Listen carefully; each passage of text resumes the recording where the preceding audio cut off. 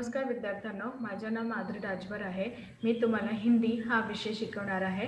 आज विद्यालय तुमचं स्वागत करत आहे। आज जो आपला समोर धडा आलेला आहे त्याचं नाव काय आहे? जब तक जिंदा रहूं लिखता रहूं। आणि या धड्याचा हा चौथा सीझन आहे। पहिला किंवा दुसरा किंवा तिसरा सीझन मध्ये आपण धड्याचे स्पष्टीकरण पाहिले की धड्यामध्ये काय आहे, आणि हा चौथा सीझन मध्ये आपण पाहणार काही शब्दात किंवा काही प्रश्न किंवा उत्तरे पाहणार आहे। तर चला बघूया। तुम्ही नीटप्रमाणे सगळं ऐकून घ्या। कळलं? हो। तर चला अजून बघूया।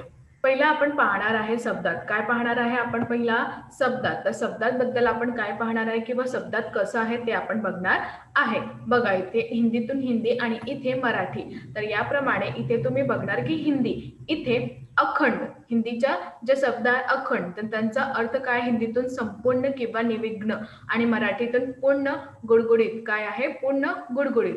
अपशकुन म्हणजे अशुभ आणि असगुण द्विवेदी, त्याचा अर्थ काय? द्विवेदी। काय आहे? द्विवेदी। आंदोलन हलचल, आणि इथे उथलपुथल, आणि इथे उथला पालत। काय आहे? उथला पालत। तर याप्रमाणे असंही दिलेले आहेत। आजनुहू बाहू। काय आहे? आजनुहू बाहू म्हणजे घुटनों तक लंबी भुजाएं। घुटनों तक लंबी भुजाएं, आणि इथे गुडगा लांब हात। काय आहे? गुडगा लांब हात। तर याबद्दल असंही दिलेले जात आहे। आदर्श म्हणजे प्रतिमान, आणि इथे नमुना, आणि इथे पण नमुना। तर आदर्श म्हणजे आहे प्रतिमान किंवा नमुना, आणि मराठीतून पण त्यांना काय म्हणतात आपण? नमुना असंही म्हणतं। कळलं की नाही? हो। तर चला अजून बघूया। बघा, इथे काय दिलेले आहे? कर्मचारी। काय दिलेले आहे? कर्मचारी। काय दिलेले आहे? कर्मचारी। तर कर्मचारीचा आहे नौकर, काम करने वाला, आणि इथे मराठीतून त्यांना नौकर असंही म्हणतात। खंजन म्हणजे काळे रंगी एक प्रसिद्ध चंचल चिडिया। काय आहे? काळे रंगी एक प्रसिद्ध चंचल चिडिया, आणि मराठीतून एक प्रसिद्ध काळा खेडकर पक्षी। काय आहे? एक प्रसिद्ध काळा खेडकर पक्षी। तर याप्रमाणे असंही दिले आहेत। आता बघा, गुट्टी, नवजात शिशु को पिलाई जाने वाली आयुर्वेदिक औषधियां। काय म्हणतात गुट्टीला? नवजात शिशु यांना पिलावून जाणारा ही आयुर्वेदिक औषधिया, आणि मराठीतून नवजात मुलास आहार देण्यासाठी आयुर्वेदिक औषधे। तर याप्रमाणे असंही मराठीतून रूपांतरण केलेले आहेत। परख म्हणजे जाचण्याची प्रक्रिया। काय म्हणाले आहे? परख म्हणजे काय असतात की जाचणे यांची प्रक्रिया, आणि इथे चाचणी प्रक्रिया। काय म्हणतात? चाचणी प्रक्रिया। आता इथे बघा, प्रतिक्रिया म्हणजे बदले में, आणि त्याऐवजी मी। प्रतिक्रिया म्हणजे बदले में, आणि त्याऐवजी मी मराठीतून। प्रमाण म्हणजे सबूत, आणि इथे पुरावा। मराठीतून काय म्हणतात? पुरावा। बहिष्कार म्हणजे निकाल देना, आणि इथे काढून टाकले जाईल। काय आहे? काढून टाकले जाईल। भ्रमण म्हणजे फिरणं, आणि इथे रेव। माहोल म्हणजे वातावरण, आणि इथे वातावरण। तर याप्रमाणे असंही परिवर्तन होऊन जात आहे। तुम्हाला कळत आहे की नाही? लवकरच लवकर सांगा। हो। तर अजून बघूया। चला, आता इथे बघा, लाठी चार्ज म्हणजे लाठिया चलाना, आणि इथे लाठी चिकटवा। काय आहे? लाठी चिकटवा। विवाद कहासुनी तोंडी लढा। काय आहे? नीटप्रमाणे ऐकून घ्या, परत सांगत आहे मी। विवाद कहासुनी, आणि इथे तोंडी लढा। व्यक्तित्व, व्यक्ति की विशेषताएं, व्यक्तीचा वैशिष्ट्य। व्यक्ती की विशेषताएं आणि व्यक्तीचा वैशिष्ट्य। श्रेणी म्हणजे रीती, आणि इथे विधी। संकलन म्हणजे संग्रह, आणि इथे संग्रह। तर याप्रमाणे असंही परिवर्तन होऊन जात आहे। तर अजून बघूया। चला, बघा, आता तुमच्या शब्दात झालेला आहे। आता तुमच्या समोर आलेला आहे काही प्रश्न किंवा उत्तरे। तर याप्रमाणे आता इथं आपण पाहणार आहे की यांच्या प्रश्न किंवा उत्तरे कशा प्रमाणे देईन जात आहे। तुम्ही बघणार इथे की हा तुमच्या काय आहे? परिच्छेद किंवा आकलन आहे। तुम्हाला कळत आहे? तुम्हाला दिसत आहे ना? हो। तर हा तुमच्या काय आहे? परिच्छेद, त्यांना आपण म्हणतात आकलन असंही म्हणतात, आणि इथे तुमच्या त्यांचा प्रश्न किंवा उत्तरे येणार आहे। तर याबद्दल इथे तुमच्या प्रश्न किंवा उत्तरे आहे जे तुम्हाला दिसत आहे। मला वाटतं ते दिसत आहे, आणि तुम्हाला दिसत आहे पण आहेत। तर पहिला प्रश्न काय आहे? वाचूया। गद्यांश पढ़कर दी गई सूचनाओं के अनुसार कृतियां कीजिए। गद्यांश वाचून तुम्हाला दी गई जे सूचना आहे त्यातून तुम्हाला अभ्यास करायचा आहे। तर पहिला काय आहे बघूया। आकलन कृती पहिला आहे संजाल पूर्ण कीजिए। तर पहिला क्वेश्चन आहे तुमचा, परिच्छेद में प्रयुक्त महान साहित्यकारों के नाम बताओ। परिच्छेद मेन म्हणजे या आकलनमध्ये तुमच्या प्रयुक्त महान साहित्यकार यांचं नाव तुम्हाला द्यायचं आहे. तर पहिला होता तुमचा कवी अयोध्यासिंग उपाध्याय. काय होता? कवी अयोध्यासिंग उपाध्याय. दुसरा आहे तुमचा प्रेमचंद. तिसरा आहे बंकिमचंद्र चटर्जी आणि चौथा तुमचा आहे शरदचंद्र जोशी. कोण आहे? शरदचंद्र जोशी. आणि तुम्हाला असंही प्रमाणे लिहायचं आहे. दुसरा तुमच्या आहे कृती पूर्ण करा.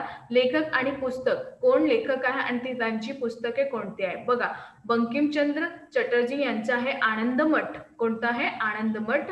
आणि प्रभात कुमार मुखोपाध्याय का आहे देशी और विलायती उपन्यास. काय आहे? देशी किंवा विलायती उपन्यास. तर याप्रमाणे यांचं लेखकचं नाव असं आहे आणि यांची पुस्तक अशा प्रमाणे दिलेली आहे. आता आपण पाहणार आहे उत्तर लिखिए. काय पाहणार आहे? तिसरा प्रश्न उत्तर लिहा. पहिला आहे तुमचा नागरजी की पहली कविता को प्रस्फुटित करने वाले अनुभव. नागरजी यांना पहिल्या कविताचे प्रस्फुटित करण्याचा अनुभव. तर यांचं उत्तर आहे 1928 से 1929 म्हणजे 19 ते 28 आणि 19 ते 29 में सायमन कमिशन के बहिष्कार के समय का लाठीचार्ज. तर हा जे बहिष्कार केलेले होते सायमन कमिशन त्यांचा बहिष्कारचा वेळ हा लाठीचार्ज आहे. तर यापर्यंत तुम्हाला कळत आहे की समजलं की नाही? तुम्ही सगळं नीट प्रमाणे ऐकून घ्या. जेव्हा तुम्हाला नाही कळत आहे तेव्हा तुम्ही मला सांगा. कळलं? हो. तर चला अजून बघूया. बघा, आता तुमच्या समोर आलेला आहे प्रश्न दूसरा, आकलन कृति. बघा, पहिला उपयुक्त गद्यांश में से 2 प्रश्न तयार कीजिए जिसके उत्तर निम्नलिखित शब्द हो. आपल्याला 2 प्रश्न असं तयार करायचं आहे ज्यांचं उत्तर हा दोघ आहे. तर पहिला काय? छापे का अक्षर. काय आहे? छापे यांचं अक्षर. तर यांचा पहिला प्रश्न आहे अमृतलाल नागर का पहिला मित्र कौन था. अमृतलाल नागर यांचा पहिला मित्र कोण होता? छापे का अक्षर. यांचा पहिला मित्र होता छापे यांचा अक्षर. तर याप्रमाणे इथे यांचा प्रश्न आहे. दुसरा आहे बंकिम. तर 1930 में अमृतलाल जी ने किसके उपन्यास पढ़े. तर 19 ते 30 बद्दल अमृतलाल यांनी कोणता उपन्यास वाचले. तर याप्रमाणे यांचा बंकिमचा वाचले. तर याप्रमाणे असंही चे उत्तर दिलेले आहेत. आता आपला पाहणार आहे दुसरा प्रश्न, सत्य किंवा असत्य पहचान कर लिखे. सत्य आहे किंवा असत्य हा जाणून लिहायचा आहे. तर पहिला काय आहे? प्रेमचंद्र अमृतलाल जी के आदर्श थे. प्रेमचंद हे अमृतलाल नागर यांचा आदर्श होते. तर याप्रमाणे हे जे शब्द आहे ते असत्य आहे. काय आहे? असत्य आहे. दुसरा आहे आनंद मठ बंकिम की जी का उपन्यास है. आनंद मठ हा जे बंकिम यांचा उपन्यास आहे तर यांचा अर्थ आहे किंवा यांचं उत्तर आहे सत्य, कारण की हा सत्य आहे. तर याप्रमाणे दुसऱ्याचं उत्तर काय आहे? सत्य. आता आपण पाहणार आहे आकृती पूर्ण कीजिए. काय करायचं? आकृती पूर्ण करायचा. अमृतलाल नागरजी के लेखक आणि त्यांचं बंकिमचंद चटर्जी आणि प्रेमचंद. तर याप्रमाणे पहिला काय? अमृतलाल नागरजी यांचा लेखक कोण आणि लेखक होता बंकिमचंद्रजी आणि प्रेमचंद. साहित्य सृजन के सहाय्यक कोण कोणता आहे? प्रतिक्रिया, सरस्वती आणि गृहलक्ष्मी. तर हा जे लेखक आहे त्यांचे बुक कोणते आहे किंवा सहाय्यक काय, प्रतिक्रिया काय, हे सगळे इथे दिलेले आहे. आणि तुम्हाला पण असंही आकृती घालून लिहायचं आहे. कळत आहे की नाही? हो. तर चला अजून बघूया. तिसरा शब्द संपदा. पहिला मानक वर्तनी के अनुसार शुद्ध शब्द लिखिए. तर पहिला कोणता? आनंदमठ, लाठी चार्ज. तर याचा बद्दल तुम्ही इथे पाहणार शुद्धीकरण मध्ये आनंदमठ आणि लाठी चार्ज. कळलं? हो. आता आपण पाहणार आहे लिंग बदलिये. कवी, कवीचं काय होणार? कवित्री. लेखकचं काय होणार? लेखिका. चौधराणीचं काय होणार? चौधरी. तर याप्रमाणे असंही लिंग परिवर्तन होऊन जात आहे. आता आपण पाहणार आहे वचन बदलिये. वचन बदला. तर कहाणीचं काय होणार? कहानिया. कविताचं काय होणार? कविताए. तर याबद्दल असंही परिवर्तन होऊन जात आहे. आता आपण पाहणार आहे प्रश्न चौथा. नीचे दिए गए शब्द को कृदंत रूप लिखिए. कोणतं रूप लिहायचं? कृदंत. लेखकचा काय होणार? लिखणार. लेखकचा कार्य काय आहे? लिहून घेणार. चल म्हणजे चलना. तर याप्रमाणे असंही परिवर्तन होऊन जात आहे. तर अजून काय आहे बघूया. आता तुमच्या समोर आलेला आहे स्वमत प्रश्न. कोणता? स्वमत. बघा, स्वमत अभिव्यक्ति. कविता लिखना एक सहज कला होती है. इस कथन के संदर्भ में अपने विचार लिखले. कविता लिहिण्याचा हा सहज कला आहे.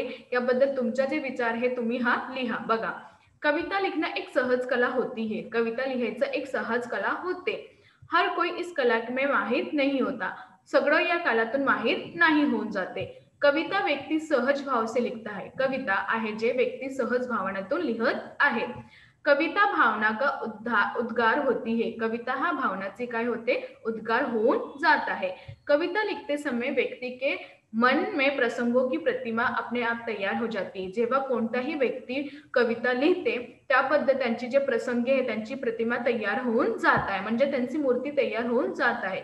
फिर व्यक्ति उसकी अभिव्यक्ति कविता के माध्यम से त्याबद्दल व्यक्ती जे आहे त्यांचा अभिव्यक्ती त्यांचं कविताच्या माध्यमातून सहज रूप में करता है, त्यांच्या माध्यमातून सहज रूपांतून तैयार करत आहे.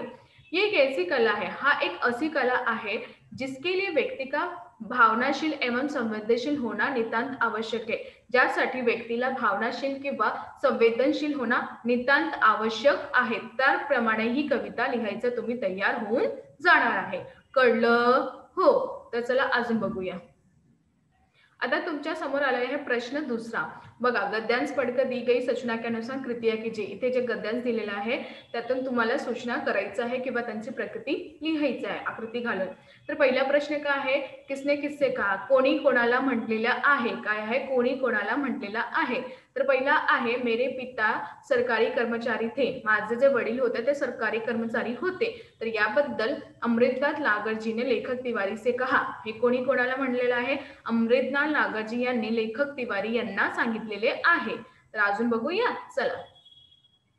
आता बघा दुसरा प्रश्न, क्या क्रांतिकारी आंदोलन का आप पर कुछ प्रभाव पड़ा. हा प्रश्न कोणी कोणाला विचारले आहे, लेखक तिवारी जी ने अमृतलाल नागरजी से पूछा. लेखक तिवारी यांनी अमृतलाल नागर यांना सांगितले आहे. तर दुसरा आहे, समझकर लिखिए. दुसरा तुमचा जे कृती आहे समजून लिहा. परिच्छेद में प्रयुक्त साहित्यकारक के नाम यह है. कोण कोणता आहे, मनन द्विवेदी आणि चंडी प्रसाद हृदयेश. काय आहे, मनन द्विवेदी आणि चंडी प्रसाद हृदयेश. तर याप्रमाणे हा जे प्रयुक्त साहित्यकार आहे त्यांचं नाव असंही दिलेले आहे.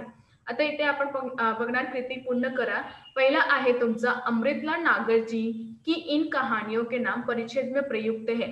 अमृतलाल नागर यांची या कहाणीबद्दल परिच्छेदून या नाम प्रयुक्त केलेले आहे. कोणते, अपशगुन किंवा प्रायश्चित. कोणते, अपशगुन किंवा प्रायश्चित. दुसरा, अमृतलाल नागर जी पर इनके व्यक्तित्व का प्रभाव पड़ा. अमृतलाल नागर यांच्या व्यक्तित्वावर प्रभाव पडलेला आहे. कोणाला, महात्मा गांधी. कोणता होता, महात्मा गांधी. आता दूसरा है, उत्तर लिखिए. पहिला, नागरजी अपने पिता जी के इस गुण से प्रभावित थे.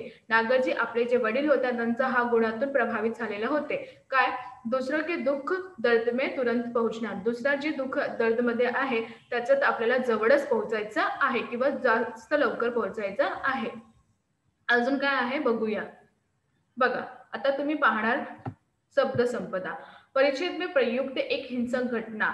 कोणती घटना होती, हिंसक, काकोरी ब्रह्मकांड. कोणती होती, काकोरी ब्रह्मकांड. आता तीसरा शब्द संपदा. गद्यांश में तत्सम शब्द ढूंढकर लिखिए. तत्सम शब्द शोधून करायचा आणि लिहायचा. रुची आणि संस्कार यांचं उत्तर काय आहे, रुची किंवा संस्कार. आता आपण पाहणार आहे दुसरा प्रश्न, निम्नलिखित शब्दों के विलोम शब्द लिखिए. निम्नलिखित शब्दांचा आपल्याला विलोम शब्द लिहायचा आहे. गुणचा काय होणार, अवगुण. गुणचा काय होणार, अवगुण. तेजचा धीमा. तर याप्रमाणे असंही विलोम शब्द दिलेले आहे.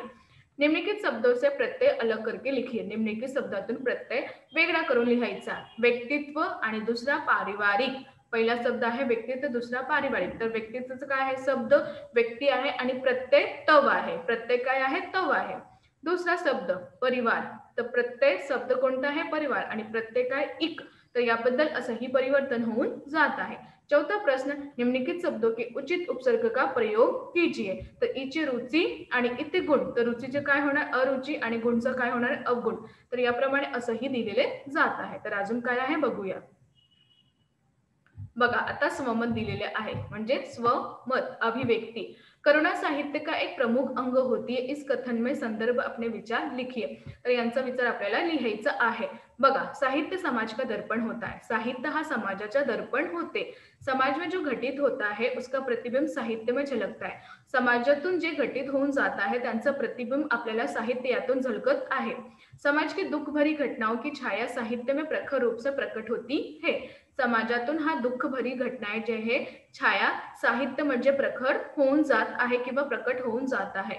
व्यक्ति की पीड़ा दुख दर्द एवं उस पर होने वाले अन्याय को वाणी देने का कार्य साहित्य के द्वारा ही होता आहे. इथे काय म्हणाला आहे, व्यक्ती जेव्हा पीडाबद्दल आहे किंवा दुःख दर्द बद्दल आहे, तर त्याप्रमाणे हे जे सगळं अन्याय होते ना, त्या वाणीबद्दल ही ते साहित्याद्वारा होऊन जात आहे. फ्रेंच राजक्रांती हो या दलितों के उत्थान के लिए की गई क्रांती. फ्रेंच राजक्रांती हो या या दलित ते उत्थान करायचा हा सगळं जे साहित्य आहे ते तिथून दिलेले आहे. के लिए क्रांती उन्हें वाणी देने का कार्य साहित्य द्वारा सिद्ध हुआ है. आणि हा सगळं तर वाणी देण्याचं बद्दल हा सगळं कार्य कुठून होते, साहित्य बद्दल ही होते किंवा त्यांच्यासाठीही सिद्ध होऊन जात आहे. करुणा के बिना साहित्य की पूर्ण रूप से अभिव्यक्ति प्रस्तुत की जा सकती है.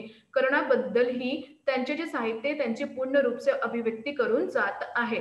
आखिर वेदना की देवी महादेवी वर्मा जी की करुणा साहित्य से कोण परिचित नहीं है. आणि इथे म्हणणे आहे की वेदनाची जे देवी आहे महादेवी वर्मा ह्यांची जी करुणा साहित्य आहे त्यांचा तो कोणी नाही असं आहे की जे परिचित नाही आहे. तर याप्रमाणे असंही दिले जात आहे. तर आज आपण काय शिकलो, आज आपण शिकलो की कशाप्रमाणे यांचे प्रश्न किंवा उत्तरे येणार आणि कशाप्रमाणे यांचा सममत अभिव्यक्ती होणार. तर याबद्दल जे इथे सममत अभिव्यक्ती दिलेलं आहे तुम्हाला वाचन करायचं आणि तुम्हाला असं वाटते की याबद्दल तुम्ही अजून काही लिहू शकता तर तुम्ही लिहून घ्या. कळलं की नाही? हो, धन्यवाद.